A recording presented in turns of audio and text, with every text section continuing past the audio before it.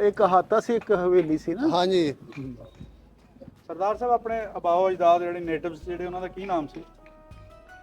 ਮੇਰੇ ਦਾਦਾ ਜੀ ਦਾ ਨਾਂ ਸੀ ਸਮਿੰਦਰ ਸਿੰਘ। ਅੱਛਾ ਜੀ। ਉਹਨਾਂ ਦੇ ਪਿਤਾ ਜੀ ਦਾ ਨਾਂ ਕਰਮ ਸਿੰਘ ਲੰਬੜਦਾਰ ਸੀ। ਅੱਛਾ ਜੀ। ਤੇ 2 ਲੰਬੜਦਾਰ ਉਦੋਂ ਦੱਸਦੇ ਸੀਗੇ, ਇੱਕ ਇਹ ਲੰਬੜਦਾਰ ਸੀ ਮੇਰੇ ਪੜਦਾਦਾ ਸੀ, ਹਾਂ। ਇੱਕ ਸੀਗੇ ਕਾਕੂ ਨੰਬਰਦਾਰ। ਅੱਛਾ। ਹਨਾ, ਉਹਨਾਂ ਨੂੰ ਯਾਦ ਆ। ਹਾਂ।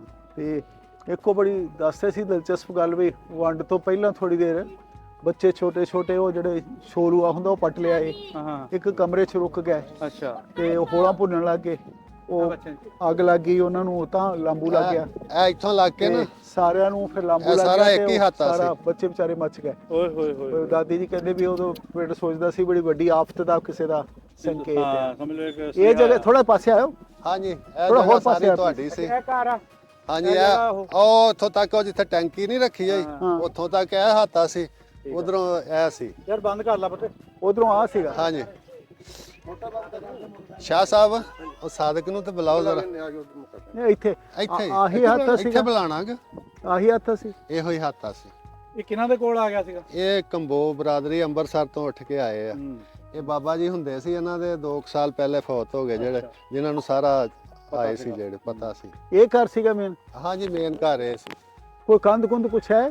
ਆ ਜਾਓ ਪੁੱਛਨੇ ਆ ਨਾ ਉਹਨਾਂ ਨੂੰ।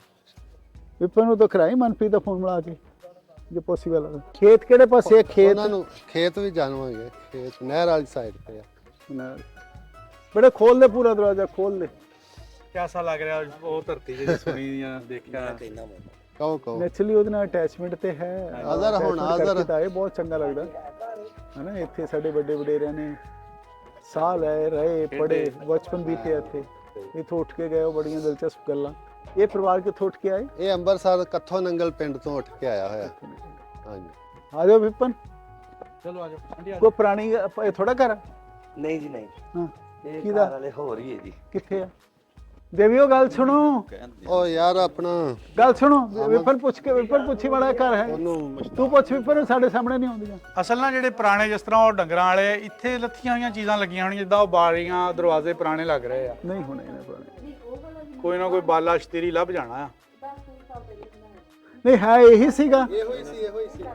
ਪੱਕਾ। ਪੱਕਾ ਆ ਤਾਂ ਨਹੀਂ ਕਿਤੇ ਆਹ ਲੱਕੜ, ਆਹ ਵਾਲੀ ਲੱਕੜ। ਨਹੀਂ ਉਹ ਤਾਂ ਚਲੋ ਇੱਕ ਵਾਰੀ ਨਜ਼ਰ ਮਾਰਨੇ ਵੇਖਣੇ ਹੈ ਨਹੀਂ ਉਹ ਤਾਂ ਬਣਾਇਆ ਉਹ ਬਾਦਸ਼ਾਹ ਦਾ, ਉਹ ਤਾਂ ਨਹੀਂ ਗਿਆ 10 ਸਾਲ ਦਾ ਤਾਂ ਨਹੀਂ, ਬਹੁਤ ਪੁਰਾਣਾ ਪੁਰਾਣਾ। ਬਸ ਵਿਪਨ ਆ ਦੇਖਿਓ ਇਹਦੀ ਫੋਟੋ। ਇਹ ਦਰਵਾਜ਼ਾ ਪੁਰਾਣਾ ਲੱਗਦਾ।